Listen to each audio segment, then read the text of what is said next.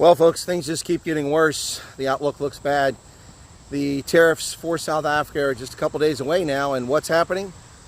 The Department of State's Bureau of Democracy, Human Rights, and Labor, DRL, has just returned from a trip to South Africa assessing the situation.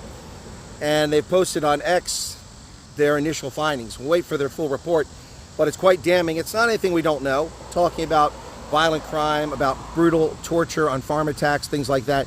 But the fact that this organization, which is the Bureau of the State Department, has finally got off its ass and done a fact-finding mission after 20 plus years of this nonsense is earth-shattering in some respects. Now, some will say this is just because the Department of State works for President Trump. True. But in theory, they worked for President Trump in the first term, too. And we know that people in state and at CIA and in DOD and many of the federal executive branch agencies undermined President Trump's first term, including members of his own cabinet, betraying him, betraying the nation, disclosing classified information to the media, and undermining U.S. foreign policy.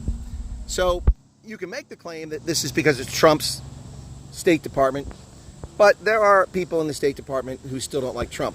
So the bottom line here is that whatever you believe the political motivations for this are, you have to understand, accept that this is quite damning.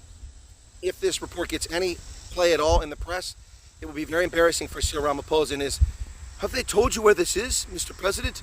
I've never seen this," for the Normandy protest. Of course, Ramaphosa had seen the video. He's well aware of it, and he's just playing for the cameras. And he looked like a fool. Very embarrassing. Because Trump's response to the Normandy crosses were, "It's in South Africa." So, DRL has gone to South Africa, done a fact-finding mission for the administration, for the Secretary of State, and it's not looking good. Ronnie Jackson's bill in Congress will likely get an additional push and some assistance from this report from the State Department.